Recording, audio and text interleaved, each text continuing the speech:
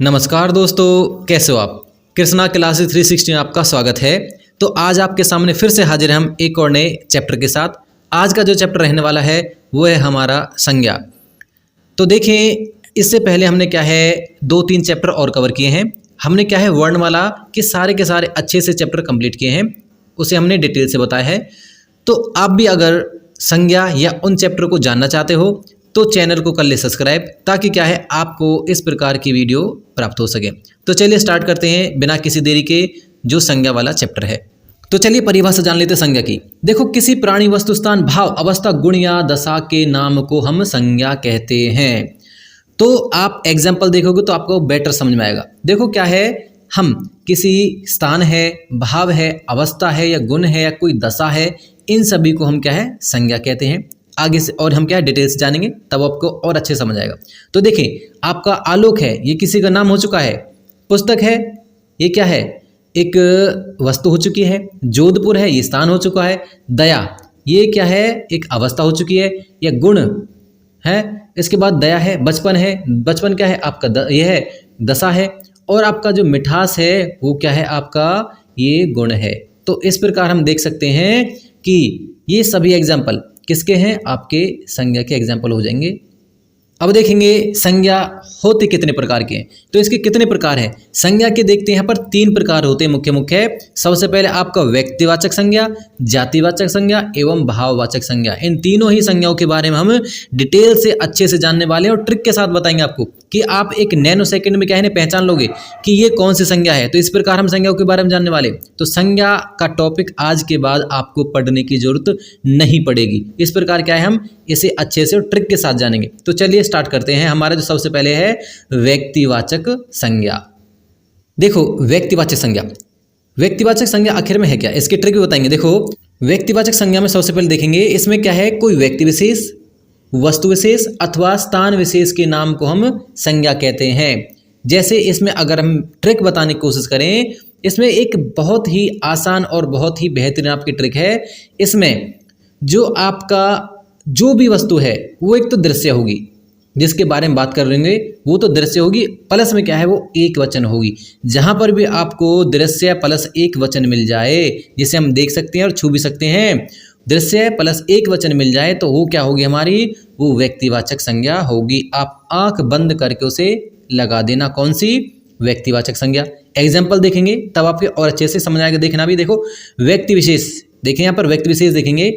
अभिषेक किसी का नाम है और वो एक वचन भी, क्या हम अभिषेक के बहुवचन बना सकते हैं या उसका बहुवचन वो बन सकता है, नहीं बन सकता। ऐसे क्या है, गुंजन है, कविता है, आपका कामिनी है, लोकेश है, इन सभी के हम क्या बहुवचन नहीं बना सकते, ये एक वचन ही रहेंगे। तो इस प्रकार आप देख सकते हो ट्रिक बिल्कुल सटीक है। ये क्या है, दृश्य होंगे प्लस एक वचन होंगे। उसके बाद देखेंगे वस्तु विशेष। जैसे रामायण है, क्या रामायण का हम बहुवचन बना सकते हैं, नहीं। इसी प्रकार देखिए, रामायण है, उषा पंखा है और रीटा मशीन है, इनके हम ना तो बहुवचन बना सकते हैं, एक वचन मिलेंगे, तो परस में ये दृश्य भी आप देख सकते हो। इन सभी चीज़ों को आप देख सकते हो। अगर हम स्थान की बात करें, जैसे जयपुर है, गंगा है, ताजमहल और हिमालय है। इस प्रकार क्या है, ये इस ट्रिक से हमने इसे और भी आसान बना दिया है। तो चलिए नेक्स्ट, अब हमारा है जातिवाचक संज्ञा। जातिवाचक संज्ञा में देखें, इसकी भी ट्रिक जानेंगे अच्छी प्रकार से। जैसे हमने अभी आपका व्यक्तिवाचक संज्ञा की ट्रिक जानी थी, इसी प्रकार हम जातिवाचक संज्ञा की भी ट्रिक जानेंगे अच्छे प्रकार से। तो देखें, जिस संज्ञा से किसी प्राणी, वस्तु अथवा स्थान की जाति या पूरे वर्ग का बोध होता है उसे हम जातिवाचक संज्ञा कहते हैं।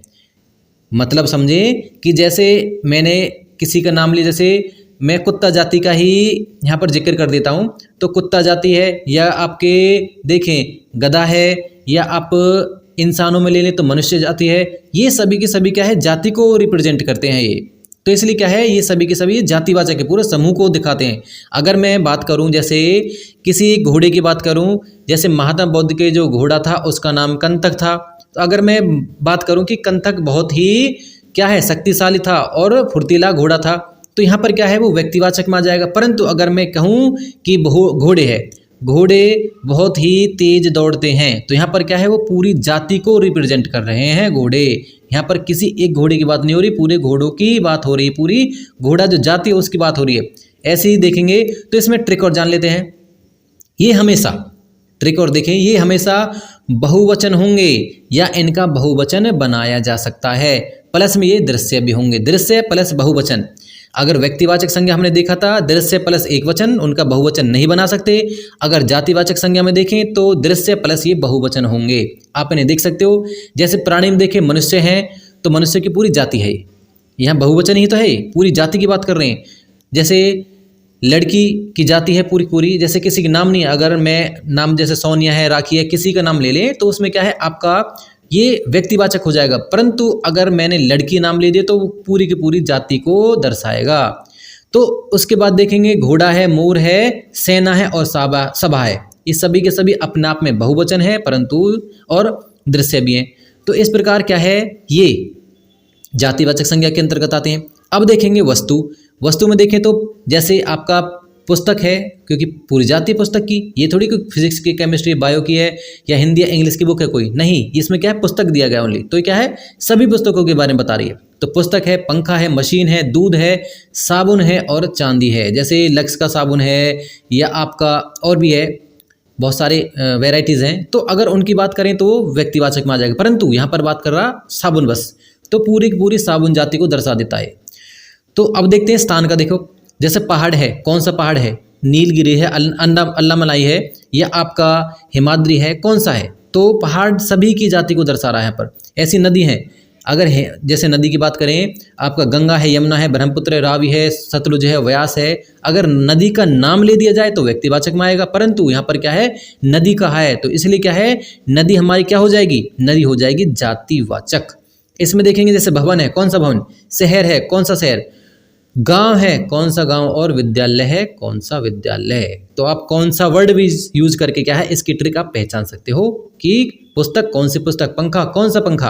तो इस प्रकार क्या है ये भी हमारी जातिवाचक संज्ञा के अंतर्गत आएंगे। तो इस प्रकार क्या हमने इसकी ट्रिक भी जान ली।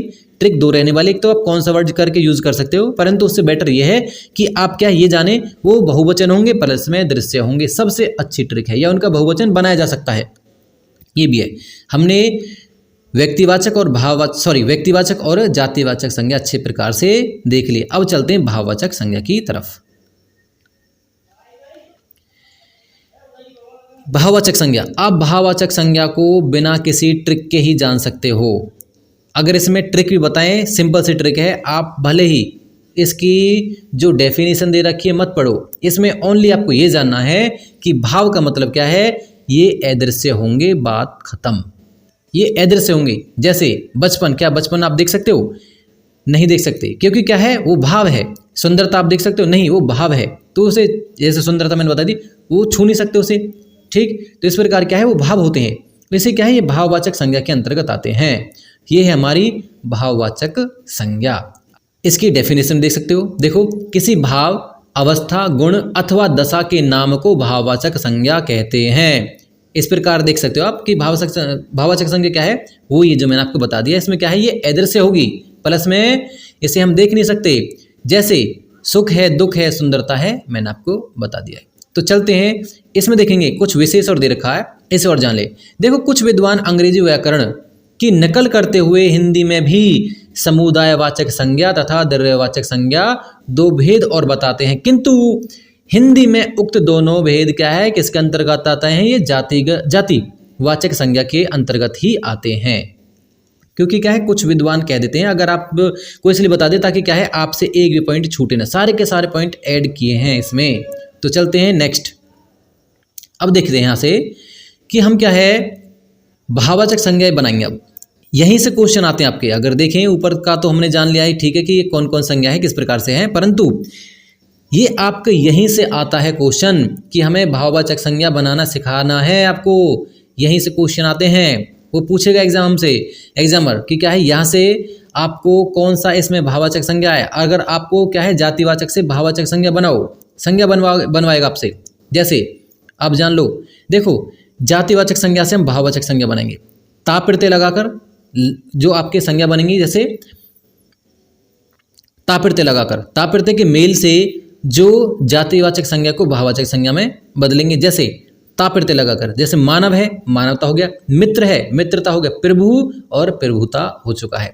तब लगाकर करेंगे पशु का पशुत्व, मनुष्य क्या मनुष्यत्व, और कवि का कवित्व, और गुरु का गुरुत्व हो जाएगा।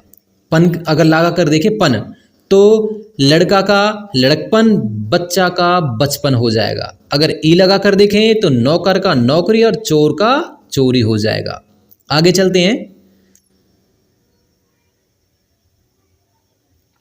यहां से देखिए ई लगा कर बात करें तो भक्त का हो जाएगा भक्ति, और शिशु का हो जाएगा शैशव, गुरु का हो जाएगा गौरव, और विभू का हो जाएगा वैभव। अगर आप इन्हें देखें अच्छे प्रकार से, कोशिश करें समझने की।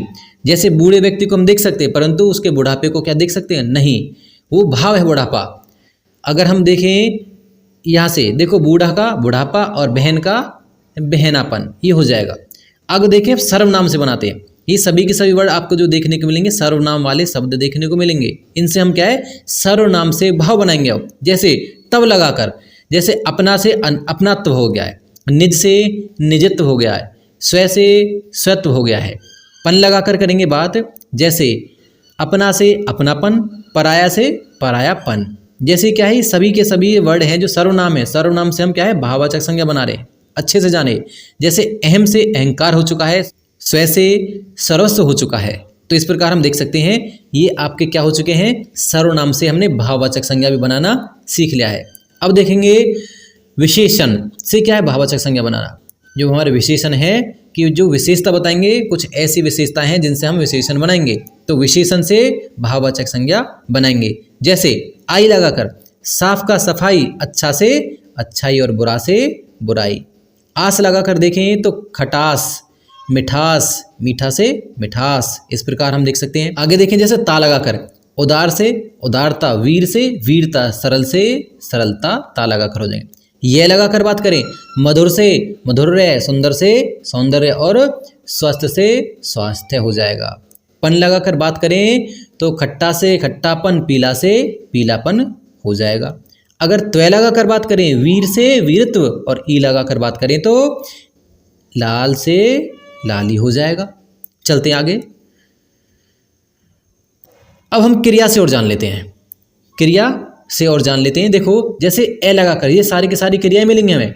जैसे खेल है, हंसना है, चढ़ना है, बोलना है, सुनना है, सभी की सभी क्रिया हैं। तो क्रिया को हम क्या करेंगे, क्रिया से भाववाचक संज्ञा बनाएंगे। जैसे आपका ए लगाकर, जैसे खेलना खेल, लूटना लूट, जीतना जीत हो जाएगा। ई लगाकर जैसे हंसना हंसी, आई लगाकर चढ़ना चढ़ाई, और पढ़ना पढ़ाई, लिखना लिखाई हो जाएगा। आवट लगाकर देखें तो बनाना से बनावट, थकना से थकावट, लिखना से लिखावट हो जाएगा। आगे देखें तो देखो आव लगाकर चुनना से चुनाव हो जाएगा। अगर देखें यहाँ पर आहट लगाकर, जैसे घबराना से घबराहट, गुनगुनाना से गुनगुनाहट हो जाएगा। न लगाकर लेना देना, और लेन देन, खाना खान हो जाएगा। तो इस प्रकार क्या हमने क्रिया से भी जान लिया है। उसके बाद हमारा जो लास्ट बचता है ये है अव्यय से भाववाचक संज्ञा। तो अव्यय से भाववाचक संज्ञा बनाएंगे। जैसे ई लगाकर भीतर से भीतरी, ऊपर से ऊपरी, और दूर से दूरी हो जाएगा। अगर हम बात करें ये लगाकर तो ये से देखेंगे जैसे समीप से समीप्य, और एक लगाकर देखें परस्पर से पारस्परिक, और व्यवहार से व्यवहारिक हो जाएगा। ता लगाकर निकटता से, जैसे निकट से निकटता हो जाएगा, और शीघ्र से शीघ्रता हो जाएगा। तो इस प्रकार देखें हमने ये जो अपना टॉपिक है संज्ञा वाला बिल्कुल अच्छे प्रकार से जान लिया है, और हमने भाववाचक संज्ञा किस प्रकार बनाते हैं A to Z डिटेल जान ली है। अगर आप इस प्रकार के क्या है चैप्टर्स चाहते हैं, हिंदी के टोटली चैप्टर चाहते हैं, तो चैनल को कर ले सब्सक्राइब, ताकि क्या है आप अच्छे प्रकार से और अपने एग्ज़ाम में, जिस भी एग्ज़ाम की आप तैयारी कर रहे हो उसमें आप उत्तीर्ण हो सकें, आपकी जॉब लग सके, आप नौकरी प्राप्त कर सके। तो चलिए अब चाहते हैं विदा, और मिलते हैं। जो हमारा नेक्स्ट टॉपिक रहेगा वो है सर्वनाम वाला। तो सर्वनाम वाले टॉपिक को हम अच्छे प्रकार से कवर करेंगे। तो चलते हैं, अब तक के लिए धन्यवाद।